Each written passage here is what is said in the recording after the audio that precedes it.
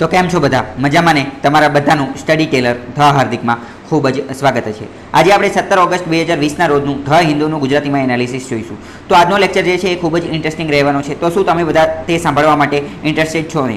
So I am the Hardik Parmar and let us start our journey towards the success. સૌથી પહેલા અતિ મહત્વનો article જોઈએ જીએસ મેઇન્સ પેપર 2 માટે અતિ મહત્વનો છે, પોલિટી એન્ડ ગવર્નન્સ સાથે સંબંધિત છે। કોંગ્રેસ દ્વારા જેપીસીની રચના કરવાની માંગ કરવામાં આવી છે। What is JPC? જેપીસીનો મતલબ થાય જોઈન્ટ પાર્લામેન્ટરી કમિટી। શું જોઈન્ટ પાર્લામેન્ટરી કમિટી?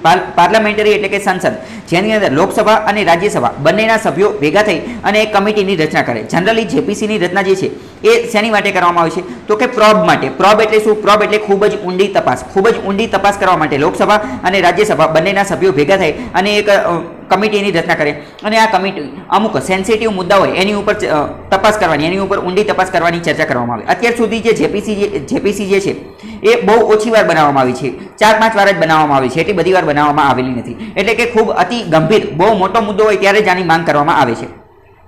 આની પહેલા રાફેલના મુદ્દે પણ જેપીસી બનાવવાની વાત કરવામાં આવેલી હતી અને જનરલી કોઈ પણ જે સરકાર હોય એ જનરલી જેપીસી એટલે કે જોઈન્ટ પાર્લામેન્ટરી કમિટી બનાવવા માટે ડરતી હોય છે। કેમ ડરતી હોય છે? કારણ કે અત્યારે આપણે ઇતિહાસ ચેક કરીએ તો ખ્યાલ આવે છે કે મોટાભાગની જ્યારે જેપીસી બનાવેલી હોય અને જેપીસીનો જે પછી ચુકાદો આવે એની પછી મોટાભાગે જે સત્તામાં સરકાર હોય એના હાથમાંથી સત્તા જે છે એ જતી રહે છે, બરાબર?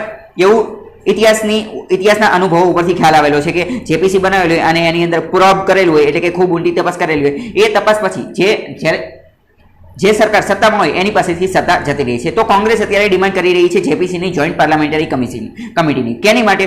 તો કોંગ્રેસનું એવું કહેવાનું થાય છે કે ફેસબુકનો ઉપયોગ કરી અને 2019ના ઇલેક્શન 2019ના જે લોકસભા ચુનાવ થયેલા હતા એની અંદર ભાજપ સરકાર એટલે કે બીજેપી સરકાર જે છે એમણે ફેસબુકનો ઉપયોગ કરી અને અમુક પ્રકારની ગેરરીતિ આચરેલી છે। એટલે એની માટે એમને ભાજપ સરકાર અને આ ફેસબુક જે છે ફેસબુક ઇન્ડિયા એ બંનેને એક્યુઝ એ બંને ઉપર આ પ્રકારના આરોપો મૂકેલા છે। તો આપણે આ મહત્વની ખબર હોય છે કે India's electoral process Facebook India જે છે ફેસબુક જે છે એની સ્થાપના માર્ક ઝુકરબર્ગે કરેલી છે। તો ફેસબુકની બધી અલગ અલગ દેશની અંદર ઓફિસ હોય તો ફેસબુક ઇન્ડિયાની વાત કરવામાં આવે છે તો ફેસબુક ઇન્ડિયાને એક્યુઝ કરવામાં આવે છે, આરોપ મૂકવામાં આવે છે કે એણે ભારતની ઇલેક્ટોરલ પ્રોસેસની અંદર આ પ્રકારની ગેરરીતિ આચરેલી છે, બરાબર? અને આવું કઈ રીતે કીધેલું છે કોંગ્રેસ આવું કઈ રીતે કીધેલું? તો આની માટેનું એક જર્નલ, એક ઇન્વેસ્ટિગેશન, એક શોધખોળ અથવા તપાસ માટેનો એક આર્ટિકલ જે છે એ અમેરિકાની વોલ સ્ટ્રીટ જર્નલની અંદર આ પ્રકારનો એક આર્ટિકલ પ્રકાશિત થયેલો હતો, જેમાં એવો ખુલાસો કરવામાં આવેલો હતો કે ભારતની અંદર 2019ના જે ચુનાવ થયેલા હતા એની અંદર ફેસબુક ઇન્ડિયાએ ભાજપ સાથે મળી અને અમુક પ્રકારની ગેરરીતિ આચરેલી છે, જેના કારણે ભારતના જે વોટર્સ જે છે એને ભારતના વોટર્સ એટલે કે મતદાતાઓ, ભારતના નાગરિકો એને ઇન્ફ્લુએન્સ કરવામાં આવેલા છે, એમને પ્રભાવિત કરવામાં આવેલા છે અને એવી રીતે પ્રભાવિત કરવામાં આવેલા છે કે જેના કારણે તેઓ અમુક પ્રકારની સરકારને જીતવામાં મદદ કરવામાં આવે, બરાબર? હવે સાચું શું છે એ તો આપણને ખબર નથી, અત્યારે એવા કોઈ પ્રૂફ કે એવું કંઈ તો આપેલું નથી, પરંતુ જે ન્યૂઝમાં છે એ આપણે જોઈએ। તો આના કારણે officials of Facebook India provided favourable treatment to the BJP on election related issues એટલે કે ફેસબુક ઇન્ડિયા જે છે એને બીજેપીને અમુક પ્રકારનો ફેવરેબલ ટ્રીટમેન્ટ એટલે કે સારી એવી સગવડતા આપેલી હતી જેના કારણે તેઓ ઇલેક્શન જીતી શકે અને આ એક રીતે વાયોલેટ કરે છે એટલે કે ઉલ્લંઘન કરે છે। કોણ? ફેસબુક પોતાના જ નિયમોનું ઉલ્લંઘન કરે છે જે તેણે આવું કરેલું હતું એના કારણે। બીજેપી અને આરએસએસ એટલે રાષ્ટ્રીય સેવક સંઘે ફેસબુક ઇન્ડિયાને કંટ્રોલ કરેલું હતું અને એના કારણે તેઓ ઇલેક્શન જીતેલા એવું કહેવા માંગે છે કે ભાજપ સરકાર બીજેપી જે છે એવું કહે છે કે અમે આવું કંઈ કરેલું નથી, આ કોંગ્રેસનો એક સ્ટન્ટ છે। આ BJP leader and that he is reported to have જો અહીંયા બીજું એવું પણ કહેવાનું થાય છે કે ફેસબુક ઇન્ડિયા જે છે એને આની માટે ફેસબુક ઇન્ડિયાના એક અધિકારી, એક ઓફિસર જે છે, એક લેડીઝ ઓફિસર, એને ઉપર આની જાણ પણ કરેલી હતી કે આ રીતની વાયોલેશન, આ રીતનું ગેરરીતિ ઉલ્લંઘન થઈ રહ્યું છે, પરંતુ એમના જે ફેસબુક ઇન્ડિયાના જે ઉપરના લીડર હતા એમને એમ કીધું કે આ બીજેપીના લીડરને આરએસએસને આ બધું આની સાથે જોડાયેલું છે, જો આપણે આની વિરુદ્ધ એક્શન લઈશું તો આપણી કંપનીને ભારતની અંદર અમુક પ્રકારનો લોસ, અમુક પ્રકારનું નુકસાન ઉઠાવવું પડશે, બરાબર? એવું કહેવામાં આવેલું હતું। હવે આપણી માટે અમુક મહત્વની વસ્તુ છે એ જોઈએ।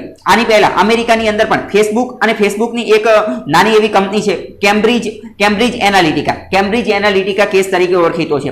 પરીક્ષામાં પ્રશ્ન પૂછાઈ જાય કે કેમ્બ્રિજ એનાલિટિકા કેસ શું છે? તો કેમ્બ્રિજ એનાલિટિકા કેસ અંતર્ગત એવું સ્કેન્ડલ એવું બહાર આવવામાં આવેલું હતું કે અમેરિકાની અંદર જે 2016 ની અંદર ઇલેક્શન થયા હતા, 2016 ની અંદર જે ઇલેક્શન થયા હતા પ્રેસિડેન્ટ માટેના, જેમાં ડોનાલ્ડ ટ્રમ્પ ચૂંટાઈને આવેલા હતા, એની અંદર કેમ્બ્રિજ એનાલિટિકા અને ફેસબુક એને મળી અને ડોનાલ્ડ ટ્રમ્પને જીતવામાં મદદ કરેલી છે। ડોનાલ્ડ ટ્રમ્પ જે છે એ રિપબ્લિકન પાર્ટીના છે એટલે કે કેમ્બ્રિજ એનાલિટિકે ફેસબુકનો ડેટા લઈ અને અમુક પ્રકારનું માઇક્રો એનાલિસિસ કરી અને રિપબ્લિકન પાર્ટી અમેરિકાની ઇલેક્શનની અંદર ચૂંટણીની અંદર જીતી જાય એવી કોશિશ કરવામાં આવેલી છે, બરાબર. તો એનો મતલબ કે અત્યારે હવે ભારતની અંદર આવું આવેલું છે, તો ભારતની અંદર પણ સેમ આ કેમ્બ્રિજ એનાલિટિકા જેવો કેસ બહાર આવી રહ્યો છે, એ તમને ખબર જ.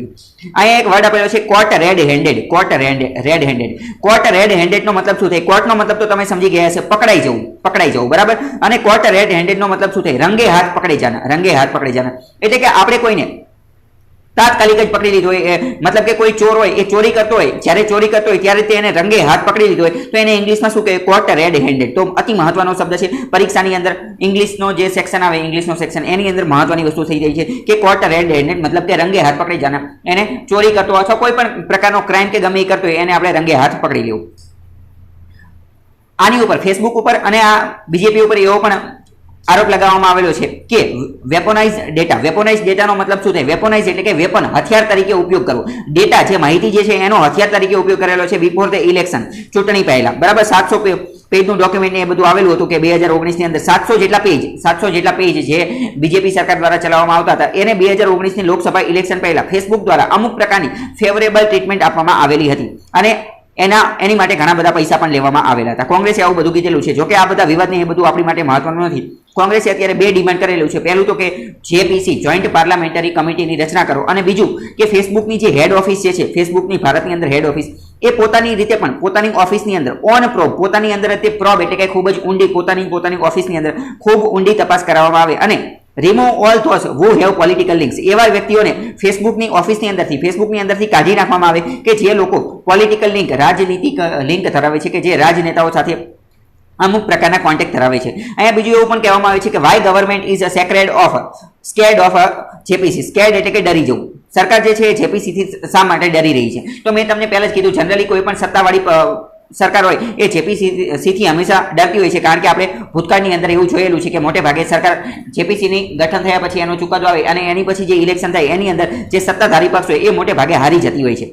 હવે આપણી માટે મેઇન્સ માટે ખૂબ મહત્વનો ડેટા, અહીંયા તમને ઘણા બધા ડેટા મળશે, આની અંદર ઘણા બધા પોઈન્ટ મળશે. કયો પોઈન્ટ એ આપણે જોઈએ કે સોશિયલ મીડિયા અને ડેમોક્રેસી, શું આ બંને વસ્તુ એક સાથે ચાલીએ? કે સોશિયલ મીડિયા એટલે તમે સમજી ગયા છો કે સોશિયલ મીડિયાનો ઉપયોગ કરીને કોઈ પણ વ્યક્તિ, નાનો મોટો અમીર ગરીબ, કોઈ પણ વ્યક્તિ પોતાના વિચારો વ્યક્ત કરી શકે છે. સોશિયલ મીડિયા એટલે તમે સમજી ગયા છો કે ફેસબુક, ટ્વિટર, ઇન્સ્ટાગ્રામ, આ બધું એક રીતનું સોશિયલ મીડિયા છે કે જ્યાં કોઈ પણ વ્યક્તિ પોતાના વિચાર વ્યક્ત કરી શકે છે. અને ડેમોક્રેસી એટલે તમને ખબર હોવી જોઈએ કે ડેમોક્રેસી એટલે કે લોકશાહી એટલે શું? એટલે કે લોકો દ્વારા, લોકો વડે અને લોકો માટે ચાલતું શાસન, એને ડેમોક્રેસી, લોકશાહી કહેવાય. તો શું સોશિયલ મીડિયા અને ડેમોક્રેસી અથવા તો ડેમોક્રેસીની અંદર લોકશાહી જાળવવા અંદર અથવા લોકશાહી અંતર્ગત લોકશાહી દેશની અંદર સોશિયલ મીડિયાનો શું ભાગ છે, શું રોલ છે, સોશિયલ મીડિયાના પ્રો શું છે અને કોન્સ શું છે, ફાયદા શું છે અને ગેરફાયદા શું છે, એ બધી વસ્તુ આપણે જાણવાની કોશિશ કરીશું.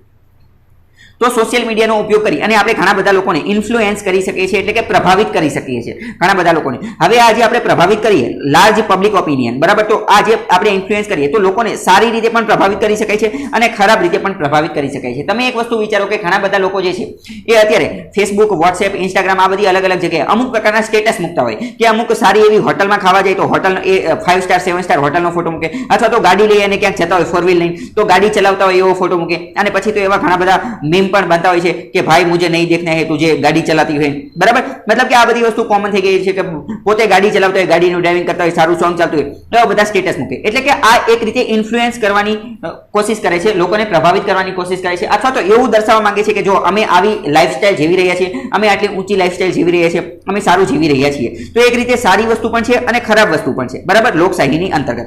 એટલે કે આપણે એ માટે એક એવું વાક્ય વાપરી શકીએ છીએ કે એ શું છે? એ ડબલ એજ્ડ સ્વોર્ડ, જેને ગુજરાતીમાં શું કહેવાય? એ બે ધારી તલવાર છે, એટલે કે બે તરફ ધાર ધરાવતી તલવાર છે. તો સોશિયલ મીડિયાના ઉપયોગથી, સોશિયલ મીડિયાની હેલ્પથી, એની મદદથી ડીપનિંગ ઓફ ડેમોક્રેસી જે છે એના મૂળ છેક ઊંડે સુધી ગયા છે. સોશિયલ મીડિયાનો ઘણો સારો ઉપયોગ છે, કારણ કે એના કારણે લોકશાહી, જે નાનો લોકો જે છે, કોઈ પણ લોકો જે છે એના સુધી કોઈ પણ પ્રકારની માહિતી પહોંચી જાય છે. કારણ કે વોટ્સએપ જે છે, બરાબર, તો કદાચ સરકાર દ્વારા કોઈ પણ પ્રકારની નોટિફિકેશન અથવા કોઈ પણ પ્રકારનું એલર્ટ, કોઈ પણ પ્રકારની માહિતી જાહેર કરવામાં આવ્યું તો તે વિડીયો સ્વરૂપે, ઓડિયો સ્વરૂપે, ફોટા સ્વરૂપે કે મેસેજ સ્વરૂપે વોટ્સએપ, ઇન્સ્ટાગ્રામ, આ ફેસબુક, આ બધાના માધ્યમથી નાનામાં નાના કોઈ પણ લોકો સુધી સરળતાથી પહોંચાડી શકાય છે. અને એ પણ રિજિયોનલ લેંગ્વેજ, પોતાની પ્રાદેશિક ભાષામાં, વર્નાક્યુલર લેંગ્વેજની અંદર સરળતાથી પહોંચી શકાય છે. એટલે એનો મતલબ કે લોકશાહી આવી રીતે તો વધારે પ્રબળ બની રહી છે, લોકશાહી ડીપનિંગ થઈ રહી છે, ઊંડાણપૂર્વક એના મૂળ જઈ રહ્યા છે, બરાબર. લોકો ને શું માહિતી દરેકે દરેક વસ્તુની માહિતી મળતી જાય છે. કોના કારણે? સોશિયલ મીડિયાના કારણે. તો કે બરાબર, ખૂબ સારી વસ્તુ છે.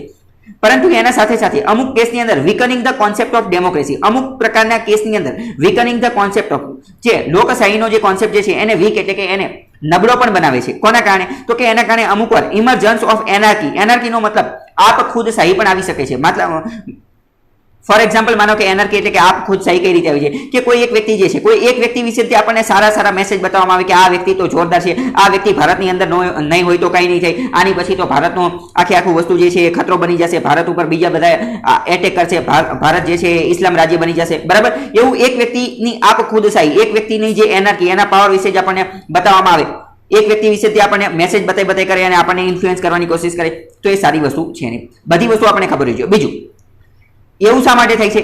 એવું એના કારણે થાય છે કે ફેસબુક જે છે, અથવા તો ફેસબુક છોડો, અત્યારે તો સોશિયલ મીડિયાની વાત કરીએ. સોશિયલ મીડિયા જે છે એને કોઈ રેગ્યુલેટ કરતું નથી, એની ઉપર કોઈનું નિયંત્રણ છે ને, એ અનરેગ્યુલેટેડ છે. એનો સ્વભાવ કેવો છે? Unregulated nature. And its role in the spread of fake news. અને એ ફેક ન્યૂઝ ફેલાવવાની અંદર પણ ખૂબ આગળ હોય છે. કારણ કે આની અંદર તો હવે ફેસબુકની અંદર ફોર એક્ઝામ્પલ આપણે કોઈ ગામડાના વ્યક્તિ જે છે એને કોઈ ન્યૂઝ મોકલી દીધી, અથવા તો ઘણી બધી વાર તો શહેરના લોકો પણ અને ઘણી બધી વાર તો ભણેલા ગયેલા લોકોને પણ કોઈ પણ પ્રકારની ન્યૂઝ મોકલી દીધી, તો એ લોકો પણ એ ચેક નથી કરતા કે આ ન્યૂઝ સાચી છે કે ખોટી છે, આનો સોર્સ, આનો જે સોર્સ જે છે એ ઓફિશિયલ છે કે નથી ઓફિશિયલ. બરાબર, ઘણી બધી વાર જેમ કે ઘણી બધી વાર આ ડિમોનેટાઇઝેશન નોટબંધી થઈ હતી, એની પછી 2000ની નવી નોટ આવી હતી, પછી ઘણા સમય સુધી એવી ફેક ન્યૂઝ ચાલતી હતી કે 2000ની નોટ જે છે એની અંદર ચિપ મૂકેલી છે, ઇલેક્ટ્રોનિક ચિપ, કે જેની મદદથી એવું જાણવા મળશે કે આ નોટ કઈ જગ્યાએ છે. પછી ઘણી બધી વાર એવી ફેક ન્યૂઝ ચાલતી હતી કે 2000ની નોટ પણ બંધ થવાની છે, ઓલું થવાનું છે, પેલું થવાનું છે. તો આવી ફેક ન્યૂઝ એ જે છે એ એક રીતે ખરાબ વસ્તુ છે. કોની માટે? સોશિયલ મીડિયા માટે. પછી એનું અનરેગ્યુલેટેડ, એની ઉપર કોઈનું નિયંત્રણ નથી, તો એ પણ ખરાબ વસ્તુ છે.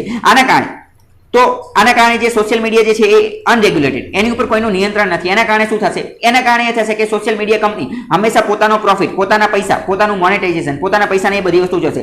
એને જે કંપની અથવા જે વ્યક્તિ અથવા જે પોલિટિકલ પાર્ટી વધારે પૈસા આપશે એ એનું માર્કેટિંગ કરશે, એની બોલબાલા કરશે, અથવા એની હામાં હા રખાવશે. બરાબર, તો આની માટે આપણે શું કરવું જોઈએ? Need of enforcing code on social media. તો અત્યારે મહત્વની વસ્તુ, ગમે ત્યારે આન્સર લખવાનો આવે તો તમારે આ વસ્તુ લખવાની છે કે સોશિયલ મીડિયાને આપણે ઇન્ફોર્સિંગ કોડ, સોશિયલ મીડિયા માટેનો એક રેગ્યુલેટિંગ લો, રેગ્યુલેટિંગ કાયદો લાવવો જોઈએ. અથવા તો કાયદો લાવવો તો દૂર છે, કારણ કે કાયદો લાવવા માટે લોકસભામાં, રાજ્યસભામાં એ બધામાં પસાર કરવો પડે, બધાની સહમતી ને એ બધું હોવું જોઈએ.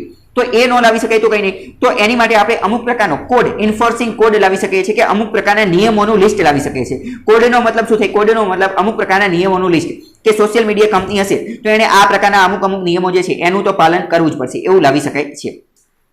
તો હવે જો આવું હોય, સોશિયલ મીડિયા એની ઉપર કોઈનું નિયંત્રણ છે નહીં, તો આના કારણે શું, કઈ પોસિબિલિટી, કઈ શક્યતા થઈ શકે છે? તો possibility of election being influenced by foreign country or agencies. આના કારણે અમુક સમય દરમિયાન ભારતની અંદર ઇલેક્શન થતા હોય તો એને વિદેશની કોઈ સરકાર અથવા વિદેશની કોઈ એજન્સી જે છે એ ઇન્ફ્લુઅન્સ કરી શકે છે કે ભારતની અંદર જે વિદેશની સરકાર ધારે એ એની સરકાર બની જાય, અથવા વિદેશની કોઈ એજન્સી ધારે એની સરકાર બની જાય. જેમ કે કેમ્બ્રિજ એનાલિટિકાનો કેસ આવેલો હતો અમેરિકાની અંદર 2016ની અંદર જે ઇલેક્શન થયા હતા, રિપબ્લિકન પાર્ટી ડોનાલ્ડ ટ્રમ્પ જીતી ગયા હતા. એમાં એવું કીધું હતું કે ફેસબુક અને કેમ્બ્રિજ એનાલિટિકે કોઈ સ્કેમ, કોઈ ગેરરીતિ આચરેલી છે.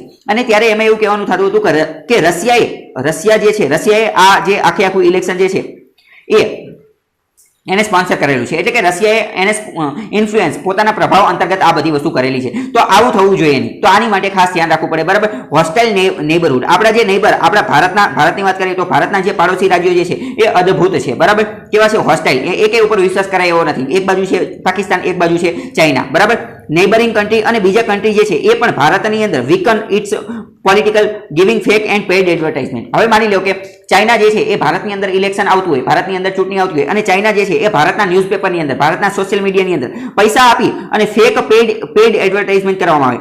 બરાબર, ફોર એક્ઝામ્પલ ચાઇના જે છે એ ભારતની અંદર ઇલેક્શન આવતા હોય અને હવે માની લો કે ચાઇના જે છે એને એવું ઈચ્છા હોય કે નરેન્દ્ર મોદી તો બરાબર વ્યવસ્થિત લીડર છે નહીં, બરાબર, કે એ અમારી વિરુદ્ધ એક્શન લે છે, ઓલું કરે છે, પેલું કરે છે, તો એમને પસંદ નથી. તો કદાચ એ એમના વિરુદ્ધ, નરેન્દ્ર મોદી વિરુદ્ધ, અથવા કોઈ પણ સરકાર વિરુદ્ધ, બીજેપી સરકાર વિરુદ્ધ અથવા કોંગ્રેસ વિરુદ્ધ ભારતની અંદર સોશિયલ મીડિયાની અંદર પૈસા આપે, સોશિયલ મીડિયાને પૈસા દઈ દે, ફેસબુકને પૈસા દઈ દે કે તમને આમના વિરુદ્ધ ફેક ન્યૂઝ છાપો, આમને ડિફેમ કરવાની કોશિશ કરો, આમના વિશે બધી જે ખરાબ ન્યૂઝ જે છે એ છાપવાની કોશિશ કરો. તો એ એક રીતે ઇન્ફ્લુઅન્સ, ખરાબ રીતે ઇન્ફ્લુઅન્સ કરવાની કોશિશ કરે છે, અને એ પણ બીજા દેશની અંદર. તો સારી વસ્તુ છે નહીં.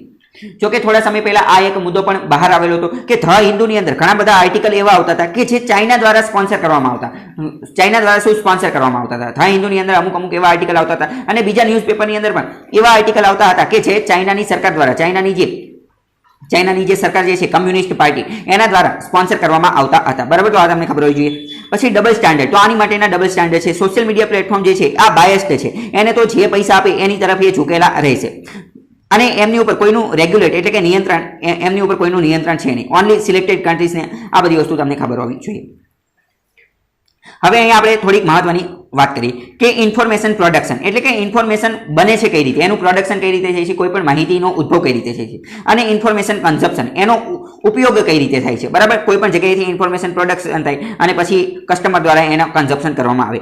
તો કે રિડ્યુસ કોસ્ટ ઓફ ઇન્ફોર્મેશન પ્રોડક્શનની જો આ બધી વસ્તુઓ અહીંયા આપેલી છે, આ એટલી બધી મહત્વની નથી, પરંતુ તેમ છતાં પણ તમે એકવાર પોઝ કરી અને વાંચી લેજો. બરાબર, હવે 2019ના જે લોકસભા ચુનાવ થયેલા હતા તો ત્યારે ઇલેક્શન કમિશન ઓફ ઇન્ડિયા દ્વારા આ જેટલા પણ સોશિયલ મીડિયા જે છે, સોશિયલ મીડિયા પ્લેટફોર્મ, એમને એક પ્રકારનો એથિક્સ, કોડ ઓફ એથિક્સ જે છે એ પોતાની આપમેળે તે પોતાની જાતે જ વોલેન્ટરી સ્વેચ્છાએ એવો કોડ ઓફ એથિક્સ જે છે એ એમને સાઇન કરેલો હતો. બધી જ સોશિયલ મીડિયા કંપની કઈ Facebook, Google, WhatsApp, ShareChat, TikTok, IAMAI શું છે એ પણ થોડી વાર પછી સમજાવું છું. પણ આ બધા જે છે એમને 2019ના ઇલેક્શન પહેલા તે કીધું હતું કે અમે સ્વેચ્છાએ એવો કોડ ઓફ એથિક્સ એટલે કે અમે જાતે તેવું જાહેર કરી દઈએ છીએ કે અમે આની અંદર કોઈ પણ પ્રકારનું બાયસ, કોઈ પણ પ્રકારનો પક્ષપાત કરીશું નહીં, અમે કોઈ પણ એક સરકારની સારી વસ્તુ કે ખરાબ વસ્તુ કે આવું કંઈ બતાવીશું નહીં, એટલે કે અમે કોઈ પણ પ્રકારનો ભેદભાવ, ડિસ્ક્રિમિનેશન આવું કંઈ કરીશું નહીં.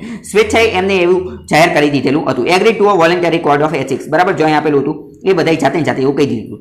Commitments made in the code, કેવા પ્રકારના કમિટમેન્ટ, કેવા પ્રકારની જાહેરાત કરવામાં આવેલી હતી આ બધા સોશિયલ મીડિયા દ્વારા. તો કે had developed notification mechanism to ECI કે જો કોઈ પણ પ્રકારની આવી વસ્તુ કોઈ પણ પોલિટિકલ પાર્ટી દ્વારા કોઈ એડ અથવા એવી કોઈ વસ્તુ જે સોશિયલ મીડિયા કંપનીના ધ્યાનમાં આવશે તો એ ડાયરેક્ટ એ એડની નોટિસ જે છે એ એડની નોટિસ એ ECI ઇલેક્શન કમિશન ઓફ ઇન્ડિયાને આપી દેશે. એટલે કે ફોર એક્ઝામ્પલ માની લો કે કોઈ પોલિટિકલ પાર્ટી જે છે એને ખોટી ન્યૂઝ જે છે અથવા કોઈ પણ પ્રકારની એવી વસ્તુ કે જે ઉલ્લંઘન કરે છે અમુક પ્રકારના નિયમોનું, એવી વસ્તુ સોશિયલ મીડિયામાં નાખી દીધેલી છે તો એ સોશિયલ મીડિયા ડાયરેક્ટ તે આ વસ્તુ ઇલેક્શન કમિશન ઓફ ઇન્ડિયાને આપી શકશે. એટલે ઇલેક્શન કમિશન ઓફ ઇન્ડિયા જે ભારતના બંધારણની 324 નંબરની કલમની અંદર છે, જેને ગુજરાતીમાં કહેવાય ચૂંટણી પંચ, એ વ્યક્તિ વિરુદ્ધ અથવા એ પોલિટિકલ પાર્ટી વિરુદ્ધ એક્શન લઈ શકે. બરાબર, 324 નંબર કલમ અને ચૂંટણી પંચ.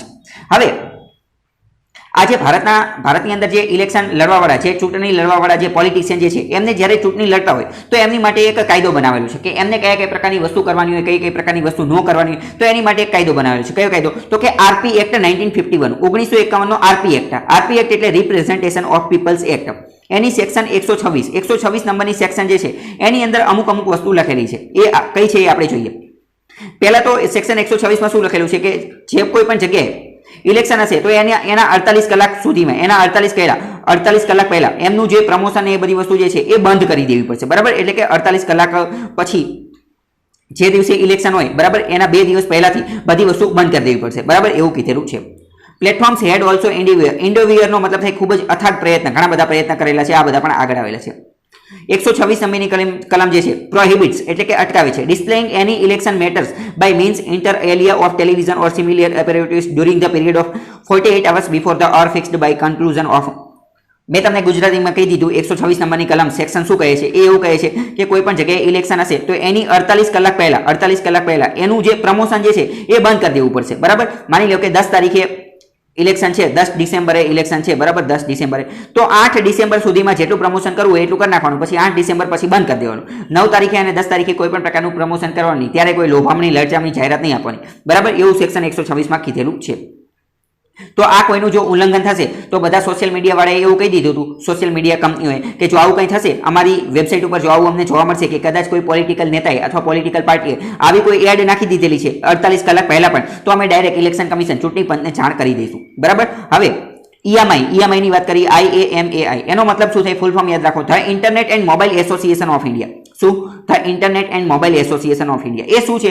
તો એ તો એક રીતનું NGO જેવું વર્ક કરે છે. NGO છે એક રીતની known for profit industry body, એટલે કે ઉદ્યોગોની એક બોડી છે, રજિસ્ટર્ડ અંડર એક પ્રકારની સોસાયટી છે, એક પ્રકારનું એનજીઓ છે, નોન ફોર પ્રોફિટ, પૈસા માટે કામ કરતું નથી. અને એનું રજિસ્ટ્રેશન સોસાયટીઝ એક્ટ 1896 1896 નો જે સોસાયટી એક્ટ જે છે, સોસાયટી ધારો, એના અંતર્ગત એનું રજિસ્ટ્રેશન થયેલું છે. આનું કાર્ય શું છે? ઈએમઆઈ નું કાર્ય શું છે? તો એનું કાર્ય છે મેન્ડેટ એટલે કે રેગ્યુલેટ કરવાનું, એનું અનુકરણ કરવાનું, કે expand and enhance online and mobile value added service. મોબાઈલની જેટલી પણ સર્વિસ છે અથવા તો ઓનલાઈન જેટલી પણ સુવિધા, એ ઓનલાઈન જેટલી પણ સર્વિસ આપણને મળે છે, એ બધાને એક્સપાન્ડ કરવી, એનો ફેલાવો કરો, કે દરેકે દરેક વ્યક્તિ સુધી, દરેકે દરેક નાના વ્યક્તિ સુધી પણ મોબાઈલ સેવાઓ જે છે એ પહોંચી શકાય. મોબાઈલની જે સેવાઓ અથવા ઇન્ટરનેટની જે સેવાઓ, આ બધી વસ્તુ ઓનલાઈન જેટલી પણ સેવાઓ જે છે એ નાના વ્યક્તિ સુધી પહોંચી શકે એવું કાર્ય કોણ કરે છે? IAMAI, internet and mobile association of India. બરાબર. હવે અહીંયા એક બીજી મહત્વની વસ્તુ યાદ રાખવાની છે કે 126 નંબરની સેક્શન જે છે રિપ્રેઝેન્ટેટિવ ઓફ પીપલ્સ એક્ટ, એની અંદર ઉમેશ સિન્હા કમિટી જે છે એને અમુક પ્રકારની રિકમેન્ડેશન આપેલી છે. ઉમેશ સિન્હા કમિટી કોની માટે છે? તો યાદ રાખવાનું છે કે ઇલેક્ટોરલ રિફોર્મ અથવા તો સેક્શન 126 આરપી એક્ટની 126 નંબરની કલમ સાથે સંબંધિત છે. એને શું કીધેલું હતું કે ઇટ હેઝ સજેસ્ટેડ અમેન્ડિંગ 126 1 નંબરની જે કલમ જે છે એને સુધારો કરવાનું એમને સુઝાવ કરેલો હતો. અને શું કીધેલું હતું કે impose the campaign silence period on the print electronic media and intermediators. એમને એવું કીધેલું હતું કે આ 48 કલાક છે, 126 નંબરની કલમની અંદર શું કીધેલું છે કે 48 કલાક પછી, 48 કલાક સુધી જે છે ઇલેક્શન હોય એના 48 કલાક પહેલા આ માર્કેટિંગ ને એ બધું બંધ કરી દેવાનું. તો આમને એવું કીધેલું હતું કે એક કેમ્પેન સાયલેન્સ પીરિયડ નામનો એક પીરિયડ લોન્ચ કરવાની જરૂર છે, કેમ્પેન સાયલેન્સ પીરિયડ. તો હવે આને સમજવાની કોશિશ કરો તો એનો મતલબ શું થાય છે કે ઇલેક્શન હોય તો એના થોડાક દિવસ પહેલા અમુક પ્રકારનો સાયલેન્સ પીરિયડ લોન્ચ કરી દેવાનો, કે આ સાયલેન્સ પીરિયડ છે. આ સાયલેન્સ પીરિયડ એટલે કે આ સમય દરમિયાન બધી પોલિટિકલ પાર્ટીઓ એકદમ શાંતિ રાખવાની, ત્યારે કોઈ પણ પ્રકારનું માર્કેટિંગ કે એવું કંઈ કરવાનું નહીં. કોની અંદર? તો કે પ્રિન્ટ મીડિયા, ન્યૂઝપેપરની અંદર કંઈ એડ આપવાની નહીં. ઇલેક્ટ્રોનિક મીડિયા એટલે કે આ સોશિયલ મીડિયા, ફેસબુક ને ઇન્સ્ટાગ્રામ ને એની અંદર કોઈ આપવાની નહીં. અને ઇન્ટરમીડિયેટ એટલે કે બીજી કોઈ પણ જગ્યાએ પણ કંઈ ન્યૂઝ કે એવું કંઈ આપવાનું નહીં. કયા સમય દરમિયાન? સાયલેન્સ પીરિયડ દરમિયાન. પરંતુ એવું કંઈ હજી લાગુ થયેલું નથી, એ પણ યાદ રાખવાનું છે. બરાબર. તો જેટલી મહત્વની વસ્તુ હતી એ આપણે જોઈ લીધી છે. ખૂબ મહત્વનો આર્ટિકલ હતો.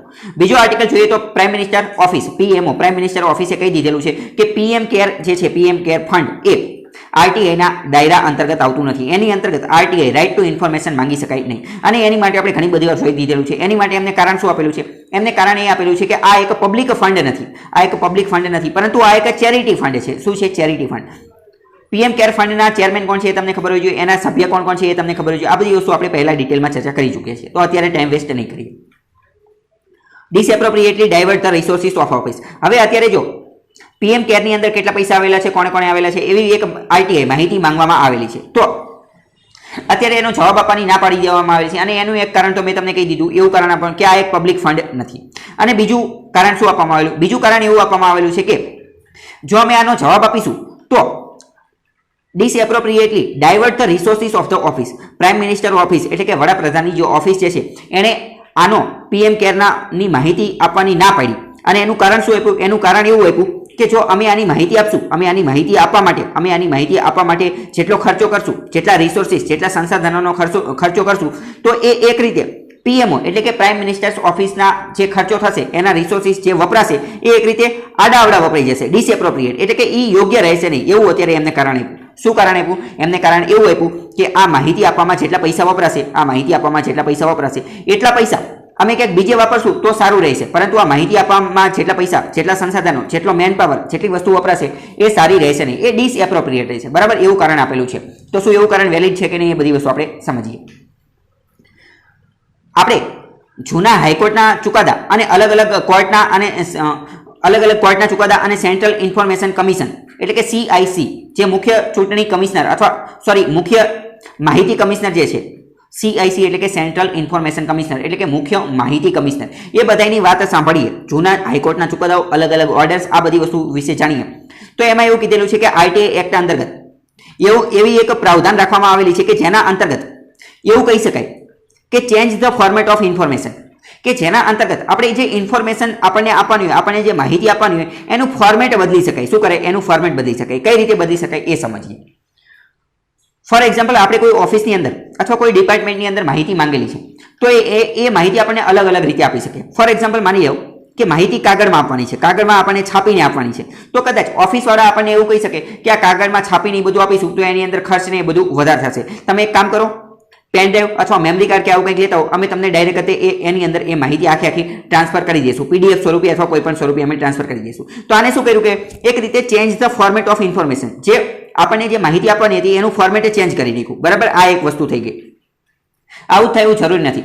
બીજી એક વસ્તુ પણ થઈ શકે. બીજી વસ્તુ શું થઈ શકે? હવે માની લો કે કોઈ ડિપાર્ટમેન્ટની અંદર આપણે માહિતી માંગેલી છે અને એ ડિપાર્ટમેન્ટ વાળા એમ કહે કે અમે તમને માહિતી આપવા માટે અમારી પાસે એટલો બધો ટાઈમ છે નહીં, અમારી પાસે એટલો ટાઈમ છે નહીં. તમે એક કામ કરો, તમે ડાયરેક્ટ જ અમારી ઓફિસમાં આવી જાઓ, અમારા ડિપાર્ટમેન્ટની અંદર આવી જાઓ, ત્યાં અમે તમને એ તિજોરી અથવા એ ખાનું અથવા એ બધા કાગળિયા આપી દેવી, એ બધા કાગળિયા અમે તમને આપી દેવી. ત્યાં તમારે જે માહિતી જોતી હોય એ તમે ડાયરેક્ટ એ કાગળિયાની અંદર વાંચી લો. બરાબર, એવું પણ કહી શકે ઓફિસ વાળા, ડિપાર્ટમેન્ટ વાળા કે અમારે પાસે એટલો ટાઈમ નથી, તમે અહીંયા આવી અને તમારે જે માહિતી જોતી હોય એ તાત્કાલિક તમારી રીતે લઈ લો, એવું પણ કહી શકે. તો આને શું કહે? Change the format of information.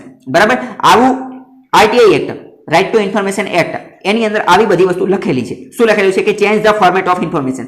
આના અંતર્ગત કે જે તે ડિપાર્ટમેન્ટ જે છે એને માહિતી આપવાની છે એનું ફોર્મેટ ચેન્જ કરી શકે છે. પણ એવું કંઈ નથી લખેલું કે ડિસએપ્રોપ્રિએટ ડાયવર્ટ, એવું કોઈ પણ ઓફિસ એવું ન કહીએ કે અમે તમને માહિતી નહીં આપી કારણ કે અમારા પૈસા વપરાઈ જશે, મેન પાવર ને એ બધું વપરાઈ જશે, એવું કંઈ લખેલું નથી. બરાબર, એવું બધા હાઈકોર્ટના ચુકાદા, CIC અને બીજા અલગ અલગ ઓર્ડર્સ ઉપરથી આપણને એવું જાણવા મળે છે.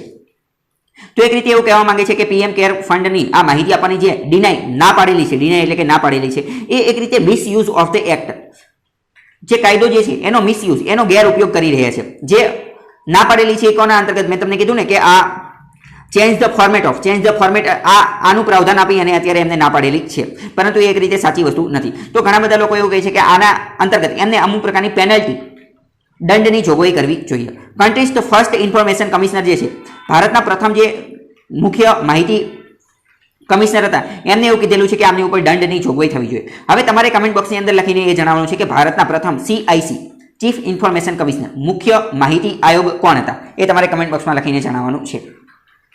જો તમને ન ખ્યાલ હોય તો ગૂગલનો ઉપયોગ કરો, સર્ચ કરી અને એના વિશે થોડું વાંચી અને આન્સર આપો.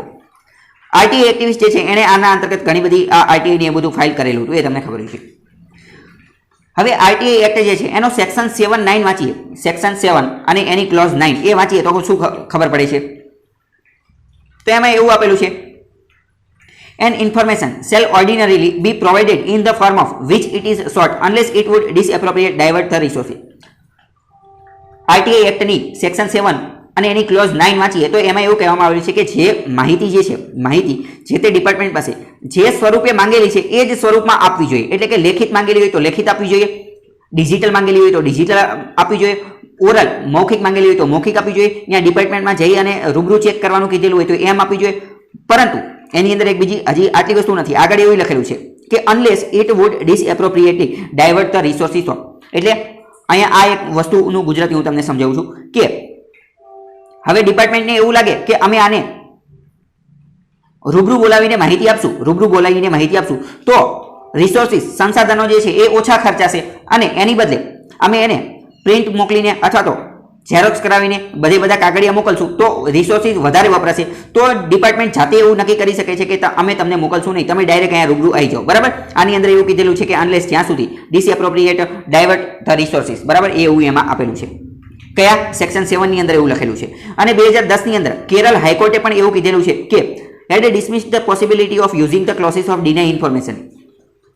2010 ની અંદર કેરળ હાઈકોર્ટ જે છે એને એવું કહી દીધેલું છે કે આ સેક્શન 7 નો ઉપયોગ કરીને, સેક્શન 7 ની ક્લોઝ 9 નો ઉપયોગ કરી અને તમે એવું નથી કહી શકતા કે અમે તમને આ કારણોસર માહિતી નહીં આપી શકીએ, બરાબર, એવું કેરળ હાઈકોર્ટે કીધું કે આ સેક્શન 7 નો ઉપયોગ કરીને તમે એવું ન કહી શકો માહિતી નહીં આપી. સેક્શન 7 નો ઉપયોગ કરીને તમે ખાલી એટલું કહી શકો કે તમે જે સ્વરૂપે માહિતી આપેલી છે માહિતીનું સ્વરૂપ એ અમે બદલી દઈશું. બરાબર, એટલે કે રિટર્ન, ઓરલ અથવા તો ડિજિટલ અથવા તો અહીંયા રૂબરૂ બોલાવેલા, આમાંથી કદાચ એકાદી ચેન્જ કરી નાખવાની, એને માહિતીનું સ્વરૂપ બદલ્યું એવું કહેવાય. બરાબર, તો આ તમને ખબર હોય છે. બીજી મહત્વની વસ્તુ જોઈએ કે છેલ્લા 10 વર્ષની અંદર RTI act, right to information act જે છે એને ક્રિપલ કરવામાં આવેલો છે, કે એટલે કે એને પાંગડો બનાવવામાં આવેલો છે. એની જે પાવર, એની જે સત્તા જે છે એ ધીમે ધીમે ઘટાડવામાં આવે છે. અને લાસ્ટમાં 2019 ની અંદર આરટીઆઈ એક્ટની અંદર જે સુધારા, અમેન્ડમેન્ટ કરવામાં આવેલા હતા એના કારણે આરટીઆઈ એક્ટને ઘણો બધો નબળો બનાવવામાં આવેલો છે. એ સારી વસ્તુ કહેવાય નહીં. એક લોકશાહી કન્ટ્રી, એક લોકશાહી દેશ માટે, ડેમોક્રેસી સ્ટેટ માટે. બરાબર, જો અહીંયા બધી વસ્તુ આપેલી છે કે કઈ રીતે બધી વસ્તુ નિરર્થક કરવામાં આવે છે. જો in less than 3% of cases penalties were imposed on government department denying information sort, એટલે કે કદાચ કોઈ સરકારી ડિપાર્ટમેન્ટ જે છે એ આપણને માહિતી આપવાની ના પાડે તો આરટીઆઈ એક્ટ અંતર્ગત એવું કીધેલું છે કે કોઈ સરકારી ડિપાર્ટમેન્ટ આપણને માહિતી આપવાની ના પાડે તો એ જે સરકારી ડિપાર્ટમેન્ટ જે છે એની ઉપર અમુક પ્રકારની પેનલ્ટી, અમુક પ્રકારના જુર્માનો, અમુક પ્રકારનો જે પેનલ્ટીને ગુજરાતીમાં શું કહેવાય, અમુક પ્રકારનો દંડની જોગવાઈ કરવામાં આવેલી છે, બરાબર. પરંતુ ડેટા જોઈએ તો એવું ખબર પડે છે કે માત્ર 3% કેસની અંદર તે એમની ઉપર દંડ થાય છે, બાકી મોટા ભાગના કેસની અંદર થતો નથી, એટલે કે એનું અમલીકરણ વ્યવસ્થિત થતું નથી. તો આ તમને ખબર હોય છે. હવે બીજી મહત્વની વસ્તુ જોઈએ તો પીએમ કેર ફંડ, પીએમ કેરની ફંડ જેવું તે PMNRF ફંડ પણ છે, NRF ફંડ. આ બંને ફંડ જે છે એ CAG કોમ્પ્ટ્રોલર એન્ડ ઓડિટર જનરલ અંતર્ગત એનું ઓડિટ પણ થતું નથી, એના દ્વારા એનું ઓડિટ થતું નથી. પીએમ કેર ફંડ જે છે એ એક રીતનું ચેરિટેબલ ઓર્ગેનાઇઝેશન છે, પબ્લિક ફંડ નથી એવું કીધેલું છે. CAG દ્વારા ઓડિટ થતું નથી. તો PMNRF એટલે કે ડિઝાસ્ટર રિલીફ ફંડ, આ એક નેશનલ રિલીફ ફંડ. PMNRF નું ફૂલ ફોર્મ જોઈ લઈએ, prime ministers national relief fund. અને પીએમ કેર ફંડ આનું CAG દ્વારા ઓડિટ નથી થતું. તો કોના દ્વારા થાય છે? સરકારની બહારની એક એજન્સી જે છે એના દ્વારા એનું ઓડિટ થાય છે. તો આ મહત્વનું શા માટે છે? વિધાનવાળા વાક્યમાં કહી દે કે પીએમ કેર અને PMNRF આનું ઓડિટ CAG કરે છે તો વાત ખોટી પડી જાય, કારણ કે આઉટસાઇડ ઓફ ધ ગવર્મેન્ટ, સરકારની બહારની એક એજન્સી એનું ઓડિટ કરે છે. હવે RTI versus legislation four non disclosure of information. RTI act અંતર્ગત બધી જ માહિતી ન મેળવી શકાય. અમુક એવા કાયદા છે કે જેના અંતર્ગત આરટીઆઈ અંતર્ગત માહિતી ન મેળવી શકાય. તો ક્યાં ન મેળવી શકાય એ આપણે જોઈએ. જેમ કે ઇન્ડિયન એવિડન્સ એક્ટ, ભારતનો જે સબૂત માટેનો એવિડન્સ માટેનો એક્ટ જે છે, જેની સેક્શન 123, 124 અને 162 એના અંતર્ગત અમુક વસ્તુઓની માહિતી આપવાની ના પાડી શકાય છે, એવું આરટીઆઈ એક્ટમાં જ લખેલું છે, બરાબર. કારણ કે આવું બધું જ્યારે એક્ટ બનાવે ત્યારે લખવું પડે, નહીંતર પછી એવી કોઈ માહિતી માંગી લે તો અપાય નહીં. તો વાત કરીએ ઇન્ડિયન એવિડન્સ એક્ટ ના સેક્શન 123, 124 અને 162 અંતર્ગત અમુક પ્રકારની માહિતી આપી શકાય. કઈ માહિતી? તો કે રાજ્ય દ્વારા અમુક પ્રકારની વસ્તુ સિક્રેટ રાખવાની હોય, રાજ્ય દ્વારા છે તે રાજ્ય દ્વારા અમુક પ્રકારની વસ્તુ સિક્રેટ રાખવાની હોય તો એને આપી શકાય નહીં. પછી બીજી મહત્વની વસ્તુ કે કોઈ પણ પ્રકારનો પબ્લિક ઓફિસર એટલે કે કોઈ પણ પ્રકારનો સરકારી કર્મચારી પોતાની ઓફિસની અંદર, પોતાની ઓફિશિયલ કોન્ફિડન્સની અંદર, પોતાની ઓફિસની અંદર કયા વ્યક્તિ સાથે તેને મળવા આવતા જે કોઈ પણ વ્યક્તિ હોય એની સાથે શું વાતચીત કરે છે, શું કમ્યુનિકેશન કરે છે, એની માહિતી આપી શકાય નહીં. કોના અંતર્ગત? તો એ આપેલું છે અહીંયા ઇન્ડિયન એવિડન્સ એક્ટ એના અંતર્ગત. કદાચ કોઈ વ્યક્તિ એમ કહી દે કે આના મામલતદાર આ છે, બરાબર, તો એ મામલતદારને જે લોકો મળવા આવે છે એની સાથે મામલતદાર શું વાત કરે છે એ બધાની મારે માહિતી જોઈ છે તો આપી શકાય નહીં, જો અહીંયા આપેલું છે એટલે, બરાબર. કારણ કે no public officer shall be compelled to disclose communication made to him in official confidence. અથવા તો એવું પણ બની શકે કે આ મામલતદાર જે છે, બરાબર, એ ઘરે જઈ અને ઘરે એમને કોણ મળવા આવે છે એની મારે માહિતી જોઈ છે તો એવી ન માંગી શકાય. કોના અંતર્ગત એ ખબર હોવી જોઈએ, આ એવિડન્સ એક્ટ અંતર્ગત. બીજી મહત્વની વસ્તુ જોઈએ એટોમિક એનર્જી એક્ટ 1912 નો એટોમિક એનર્જી એક્ટ જે છે એના અંતર્ગત પણ અમુક વસ્તુ ઓફેન્સ, અમુક પ્રકારના ગુના, અમુક પ્રકારની માહિતી ડિસ્ક્લોઝ કરી શકાય નહીં, બરાબર. સેન્ટ્રલ ગવર્મેન્ટ, કેન્દ્ર સરકાર દ્વારા. એટોમિક એટલે કે ન્યુક્લિયર બાબતની જે માહિતી હોય એ બધી વસ્તુ કોઈ માંગે કે કોઈ એવી માહિતી માંગી લે કે મારે એ જાણવું છે કે ભારતે પોતાના પરમાણુ હથિયારો કઈ જગ્યાએ રાખેલા છે, અથવા તો ભારતે આજે પરમાણુ હથિયારો માટેની જે ગુજરાતની અંદર કેટલા છે, ભારતની અંદર કેટલા છે, એ બધી વસ્તુ મારે જાણવું છે તો કેન્દ્ર સરકાર એની ના પાડી શકે છે આ એક્ટ અંતર્ગત. બીજું central civil services act, central civil services એક્ટની વાત કરીએ તો એના અંતર્ગત પણ ના પાડી શકાય છે. બીજું 1923 નો ઓફિશિયલ સિક્રેટ એક્ટ છે, ઓફિશિયલ સિક્રેટ એક્ટ, આના અંતર્ગત પણ કોઈ પણ પ્રકારની માહિતી આપી શકાતી નથી. જ્યારે રાફેલનો ગોટાળો થયો હતો, રાફેલ વિશે માહિતી માંગવામાં આવેલી હતી, ત્યારે આ કાયદો જે છે એનો ઉપયોગ કરવામાં આવ્યો હતો. સરકારે એવું કીધું હતું કે ઓફિશિયલ સિક્રેટ એક્ટ 1923 અંતર્ગત રાફેલનો મુદ્દો આવે છે અને એના મુદ્દા અંતર્ગત અમે આની માહિતી આપી શકીએ નહીં. તો તમને પ્રશ્ન થાય કે ઓફિશિયલ સિક્રેટ ગણવાનું કોને? એ ઓફિશિયલ સિક્રેટ કોને ગણવાનું? તો ઓફિશિયલ સિક્રેટ ગણવા માટેના કોઈ નિયમો છે નહીં. સરકારને જે સારું લાગે એને ઓફિશિયલ સિક્રેટમાં નાખી દે. એટલે તે ઘણી બધી વાર આનો વિરોધ પણ થાય છે અને એવું પણ કહે છે કે ઓફિશિયલ સિક્રેટ એક્ટ જે છે એને બદલો, એની અંદર સુધારા કરો, કારણ કે આ અંગ્રેજોના સમયનો કાનૂન છે. અંગ્રેજોનો સમયનો 1923 માં આવ્યો હતો. તો અંગ્રેજોને એવું હતું કે આપણને કંઈ વાંધો ન પડે એટલે આવું બનાવી નાખવાનું. Any government official can mark a document as confidential so as to prevent its publication. બરાબર. કોઈ પણ પ્રકારનું એની ગવર્મેન્ટ ઓફિશિયલ, કોઈ પણ પ્રકારનું ગવર્મેન્ટનું કાગળિયું જે છે, ડોક્યુમેન્ટ, એને ઓફિશિયલ અને સિક્રેટ જાહેર કરી શકાય છે અને એનું પબ્લિકેશન અટકાવી શકાય છે. પ્રિવેન્ટ એટલે અટકાવવું, બરાબર. આ તમને ખબર છે. અને હમણાં 2013 ની અંદર આરટીઆઈ ની અંદર કયા કયા સુધારા થયેલા છે આપણે જોવાની કોશિશ કરીએ. આરટીઆઈ ની અંદર 2013 ની અંદર એક સુધારો થયો હતો. 2013 ની અંદર સુધારો થયો હતો એના અંતર્ગત એવું નક્કી કરવામાં આવેલું કે જેટલી પણ પોલિટિકલ પાર્ટી, રાજનૈતિક પાર્ટી જે છે એને આરટીઆઈ ના દાયરામાંથી દૂર રાખીશું. એને આરટીઆઈ ના દાયરામાંથી, એ પબ્લિક ઓથોરિટી નથી, એટલે કે પોલિટિકલ પાર્ટી જે છે ભાજપને, કોંગ્રેસને, આપને, ઓલું પેલું, એ બધા પાસે કોઈ પણ પ્રકારની માહિતી માંગી શકાય નહીં, કારણ કે એ પબ્લિક ઓથોરિટી નથી. એ ક્યારે નક્કી કર્યું? 2013 માં એને કાઢી નાખવામાં આવી. બરાબર, hence from the purview of the, એટલે કે એને કાઢી નાખી. પછી 2018 ની અંદર આરટીઆઈ ની અંદર જે સુધારો કરવામાં આવેલો એના અંતર્ગત શું કરવામાં આવેલું? એના અંતર્ગત કેન્દ્રને અમુક પ્રકારની સત્તા, અમુક પ્રકારના પાવર વધારે આપવામાં આવે. કેન્દ્ર સરકારને વધારે પાવર આપવામાં આવ્યા. કયા કયા? કેન્દ્ર સરકારને એવો પાવર આપવામાં આવેલો કે CIC, ચીફ ઇન્ફોર્મેશન કમિશનર જે છે એનો ટેન્યુઅર, એનો સમયગાળો, એની અંદર એની નોકરીનો સમયગાળો, એની સેલરી, એનો પગાર રાજ્ય અને કેન્દ્ર એ બંને અલગ અલગ રીતે નક્કી કરી શકશે. એટલે કે સ્ટેટ ઇન્ફોર્મેશન કમિશનર, રાજ્યનો જે માહિતી કમિશનર હોય એ, અને સેન્ટ્રલ ઇન્ફોર્મેશન કમિશનર એટલે કે કેન્દ્રનો જે માહિતી કમિશનર હોય એનો પગાર, એનો સમય મર્યાદા, એનું પેન્શન, આ બધી વસ્તુ હવે કોણ નક્કી કરશે? હવે સરકાર નક્કી કરશે. તો પહેલા શું હતું? તો પહેલા એવું હતું કે આરટીઆઈ એક્ટની અંતર્ગત એવું કહી દીધેલું હતું કે આનો સમયગાળો કેટલો રહેશે અને એમને પગાર કેટલો મળશે. આ બધી વસ્તુ પહેલા જ તે નક્કી કરેલી હતી, પરંતુ હવે એ પ્રાવધાન દૂર કરી નાખ્યું અને હવે એમ કીધું, સરકારે એમ કીધું હવે એમનો સમયગાળો ને એ બધું અમે નક્કી કરશું. એટલે ફોર એક્ઝામ્પલ માની લો કે આવું શા માટે કરેલું છે આપણે સમજવાની કોશિશ કરીએ કે કોઈ વ્યક્તિ છે, એ નામનો વ્યક્તિ, એ CIC છે, ચીફ ઇન્ફોર્મેશન કમિશનર, અને માની લો કે એ હવે સરકાર વિરુદ્ધની કોઈ માહિતી આપે છે, આ સરકાર વિરુદ્ધની કોઈ માહિતી આપે છે, સરકારને નથી પસંદ આવતી, તો સરકાર શું કરશે? ડાયરેક્ટ ત્યાં એ નામનો વ્યક્તિ જે છે એને પોતાના પદ ઉપરથી હટાવી દેશે, એને CIC માંથી તે કાઢી નાખશે અને CIC કોઈ એવા વ્યક્તિને બનાવશે જે સરકારનો મનગમતો હશે. બરાબર, આવું થતું હોય છે. આરટીઆઈ એક્ટ સ્ટેચ્યુટરી બોડી છે, એ પણ તમને ખબર હોય, કાયદો પસાર કરી એને બનાવવામાં આવે છે. ડાયલ્યુટ ધ ઓટોનોમી, આ બધી વસ્તુ થયેલી, આ બધા જે રિસન્ટ અમેન્ડમેન્ટ, રિસન્ટ સુધારા થયેલા છે, આના કારણે આરટીઆઈને ડાયલ્યુટ કરવામાં આવ્યું છે, એને ગુમરાહ કરવામાં આવ્યું. એની ઓટોનોમી, એની જે સ્વાયત્તતા, એની જે સ્વતંત્રતા, એની ઇન્ડિપેન્ડન્સ, એની જે સ્વતંત્રતા જે છે CICની, એ એક રીતે દૂર કરવામાં આવી છે. એની સ્વતંત્રતા, પહેલા એની પાસે જેટલો પાવર હતો એ હવે રહ્યો નથી. તો સારી વસ્તુ કહેવાય. પહેલા કેવું હતું કે CIC, ચીફ ઇન્ફોર્મેશન કમિશનર, મુખ્ય માહિતી આયોગ જે છે એનો જે ટેન્યુઅર, એનો સમયગાળો 5 વર્ષ જેટલો ફિક્સ હતો. એટલે કે 5 વર્ષ સુધી એને કોઈ પણ વ્યક્તિ આવીને કાઢી ન શકે.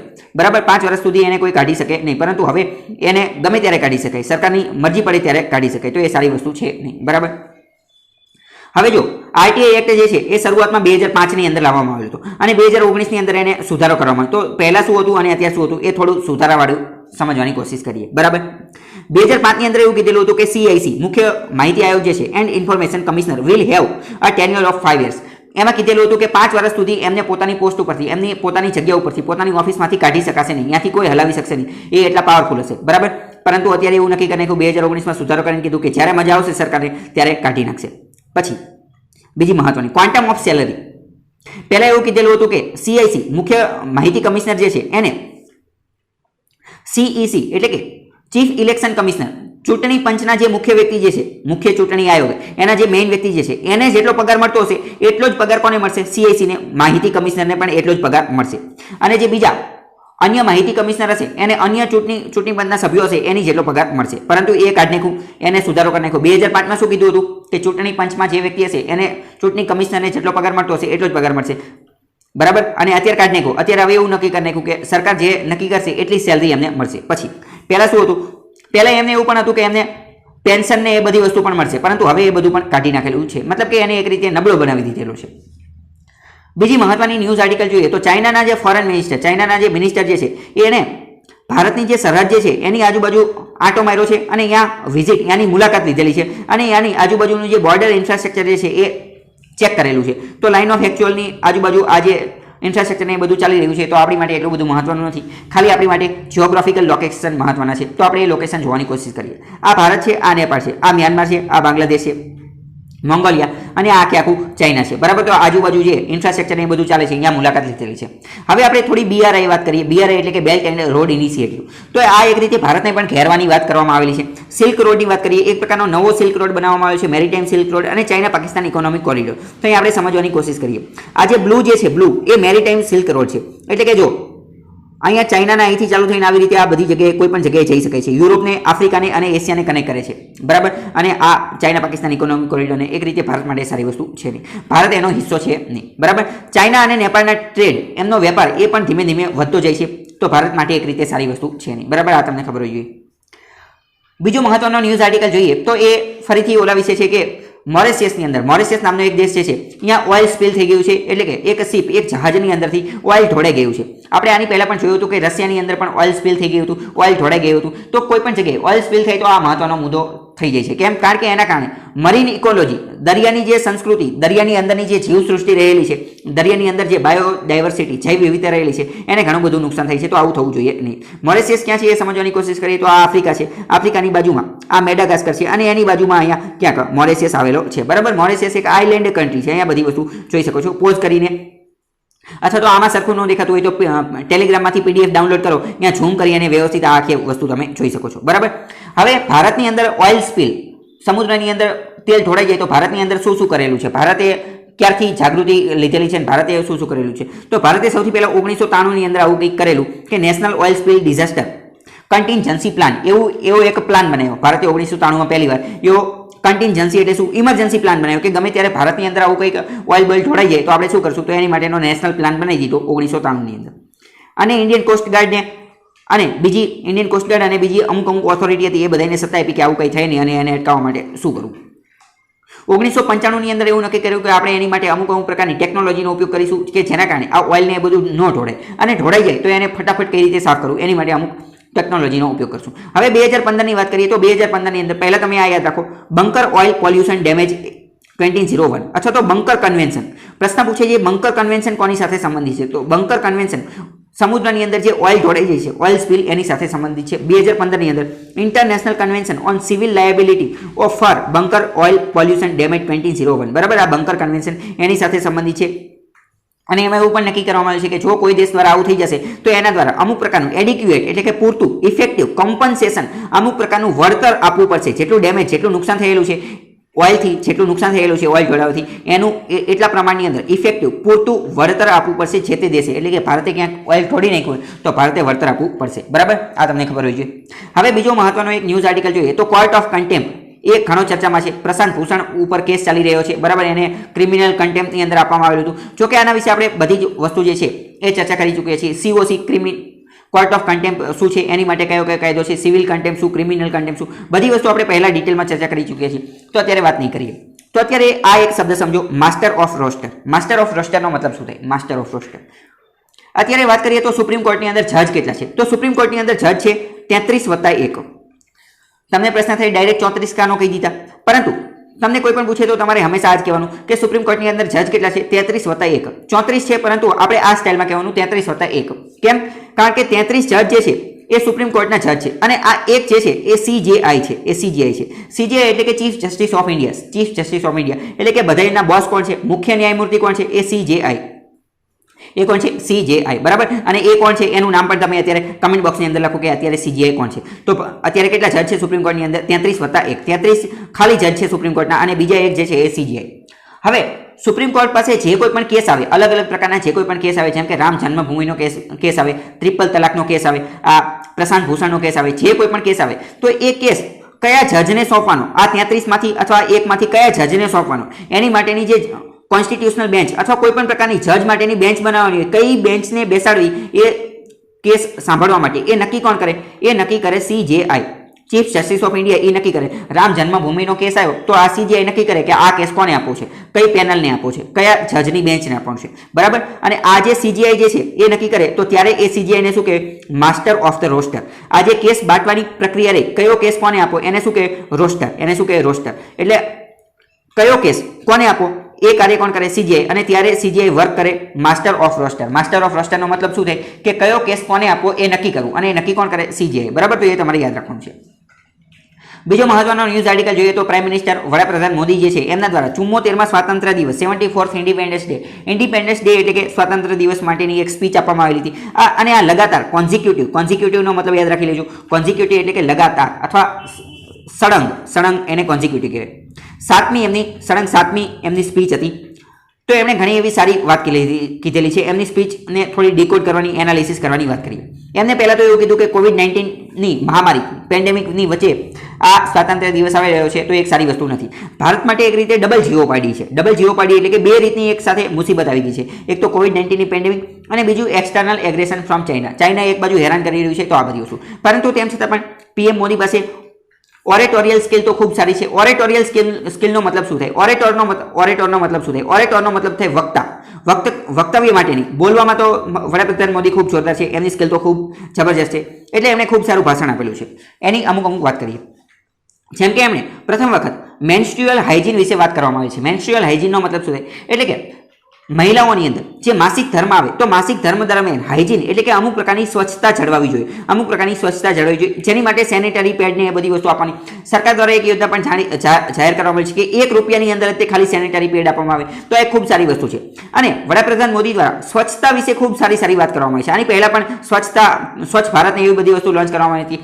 અને મોદી દ્વારા એવી અમુક વાત કરવામાં આવી છે કે જે વાત જનરલી કોઈ લોકો કરતા નથી હોતા. બરાબર, જનરલી લોકો એ વસ્તુ વિશે, એ ટોપિક વિશે, એ વિષય ઉપર વાત કરતા માટે શરમાય છે. જેમ કે મેન્સ્ટ્રુઅલ હાઇજીન, તો ઘણા બધા લોકો ફેમિલીની અંદર પણ, પરિવારની અંદર પણ મેન્સ્ટ્રુઅલ હાઇજીન વિશે કોઈ વાત કરતા હોતા નથી. પરંતુ આની માટે અવેરનેસ લાવવી ખૂબ જ જરૂરી છે, કારણ કે ઘણી બધી વાર મેન્સ્ટ્રુઅલ હાઇજીન, માસિક ધર્મની અંદર સ્વચ્છતા, હાઇજીન, એમનું જે સ્વાસ્થ્ય એ સારું ન હોવાથી, ત્યાં ક્લીનનેસ એટલે કે સ્વચ્છતા નહીં રાખવાના કારણે ભારતની અંદર ઘણી બધી છોકરીઓના મૃત્યુ થઈ જાય છે. એવું હેલ્થનો ડેટા જે છે એની ઉપરથી ખ્યાલ આવે છે. એટલે કે મેન્સ્ટ્રુઅલ હાઇજીન ખૂબ મહત્વની વસ્તુ છે, એની ઉપર ધ્યાન રાખવું ખૂબ જ જરૂરી છે. પછી સેનિટેશનનો મતલબ શું થાય? સેનિટેશન એટલે કે સ્વચ્છતા, એ પણ ખૂબ રાખવી જરૂરી છે. બીજું, એક્સેસ ટુ ડ્રિંકિંગ વોટર. ભારતના દરેક વ્યક્તિ પાસે પીવાના પાણી સુધી એક્સેસ હોવો જોઈએ, પીવાના પાણી સુધીની પહોંચ હોવી જોઈએ, કે દરેક વ્યક્તિને પીવાનું પાણી મળી જવું જોઈએ. અને આ વસ્તુ મોદીના હાર્ટની, દિલની ખૂબ જ નજીક છે. એટલે એ સ્પીચની અંદર કોઈ પણ જગ્યાએ આવું ગમે બોલવાનું હોય તો આ તો હંમેશા બોલી જ જાય કે ડ્રિંકિંગ વોટર.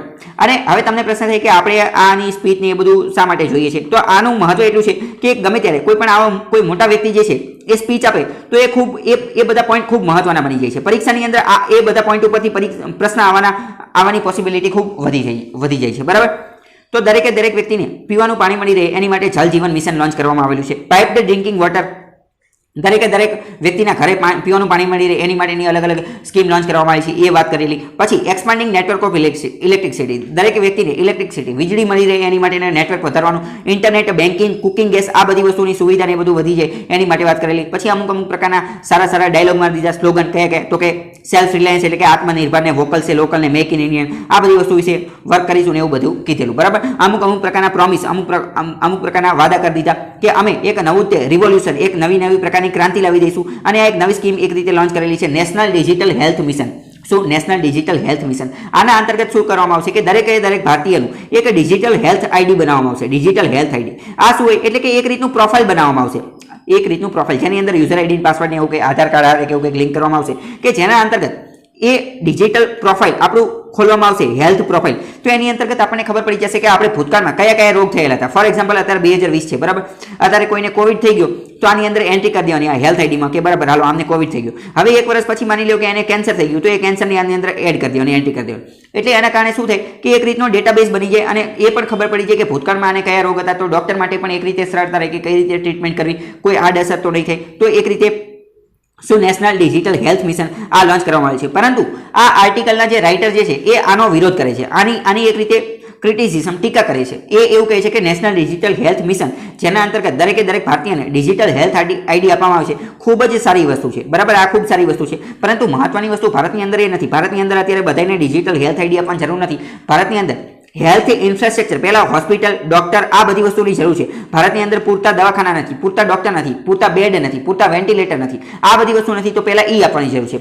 પહેલા જે પ્રાઇમરી હેલ્થ ફેસિલિટી જે છે એ ભારતને આપવાની જરૂર છે. WHO ના મત પ્રમાણે દરેક વસ્તીના આધારે જેટલા ડોક્ટર હોવા જોઈએ ભારતની અંદર એટલા અવેલેબલ નથી. તો પહેલા એ લાવવાની જરૂર છે. નર્સની જેટલી જરૂર છે એ એટલી પૂરતી સંખ્યામાં નથી. ઇનએડિક્યુએટ હ્યુમન રિસોર્સિસ, ભારતની અંદર એ વસ્તુ નથી. તો પહેલા એ કરવાની જરૂર છે, એવું રાઇટર કહી રહ્યા છે.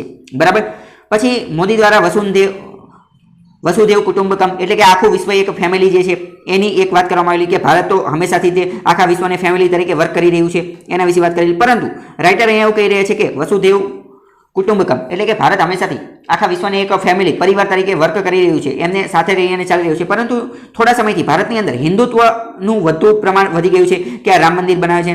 એટલે કે એક રીતે એવું માનવામાં આવે છે કે વડાપ્રધાન મોદી દ્વારા જે રામ મંદિરના ઉદ્ઘાટનમાં જે એમને ગયા, ત્યાં ખુદ એમને ઇનોગ્રેશન ઉદ્ઘાટનમાં જતા રહે તો એવું કરવાની જરૂર ન હતી. એમને ખુદ જવાની જરૂર ન હતી. કેમ?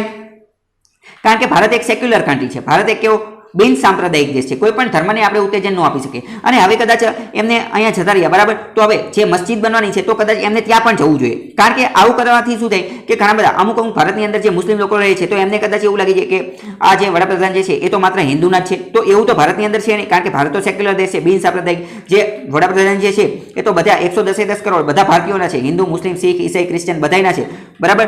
તો વસુદેવ કુટુંબકમની આ હિન્દુત્વના આધારે આજે ભારત આ વિશ્વ આ વાક્યમાં માનતું હતું, વસુદેવ કેવું કુટુંબકમ, કે આખું વિશ્વ એક ફેમિલી છે. તો એનાથી એક રીતે આપણે દૂર જઈ રહ્યા છીએ એવું રાઇટર કહી રહ્યા છે, બરાબર. આપણી તો સદીઓ જૂની પરંપરા છે કે આપણે આખા વિશ્વને એક પરિવાર તરીકે ગણીએ છીએ. તો આ તમને ખબર હોય છે, જો આ એ જ વસ્તુ આપેલી છે સુપ્રીમ કોર્ટનું જજમેન્ટની, બરાબર. તો આજ માટે આટલું રહેવા દઈએ. બાકી તમે ફેસબુક, ટ્વિટર, ઇન્સ્ટાગ્રામ આ બધી જગ્યાએ મારી સાથે જોડાઈ શકો છો. કંઈ પ્રશ્ન હોય તો પૂછી શકો છો. ટેલિગ્રામની અંદર સ્ટડી ટેલર ચેનલ જે છે એ જોઈન કરી શકો છો, જ્યાં તમને બધી જ PDF મળી જશે, બરાબર. તો આજ માટે આટલું રહેવા દઈએ, પરંતુ આ પ્રશ્નના જવાબ તમારે આપવાના છે. પહેલો પ્રશ્ન છે caught red handed. Caught red હેન્ડેડનો મતલબ શું થાય? બીજું, ઓફિશિયલ સિક્રેટ એક્ટ જે છે એ કયા વર્ષનો છે? CIC ચીફ ઇન્ફોર્મેશન કમિશનર, મુખ્ય માહિતી આયોગ જે છે એનો ટેન્યુઅર, એનો સમયગાળો અને સેલરી એ પહેલા કેટલી હતી અને અત્યારે કેટલી છે? પહેલા કેટલી હતી અને અત્યારે કેટલી છે? બંકર કન્વેન્શન જે છે, બંકર કન્વેન્શન એ કોની સાથે સંબંધિત છે? કોની સાથે સંબંધિત છે, બરાબર. એ કન્વેન્શનનો સ્પેલિંગમાં થોડી મિસ્ટેક છે, બરાબર, પણ તમે ચલાવી લેજો. પછી માસ્ટર ઓફ રોસ્ટર કોણ હોય છે? માસ્ટર ઓફ રોસ્ટર કોણ હોય છે અને માસ્ટર ઓફ રોસ્ટરનો મતલબ શું થાય, બરાબર. 5 પ્રશ્નના જવાબ તમારે કમેન્ટ બોક્સની અંદર લખવાના છે. તો આજ માટે આટલું રહેવા દઈએ. બાકી કાલે મુલાકાત થશે, ત્યાં સુધી જોડાયેલા રહો સ્ટડી ટેલર હાર્દિક સાથે.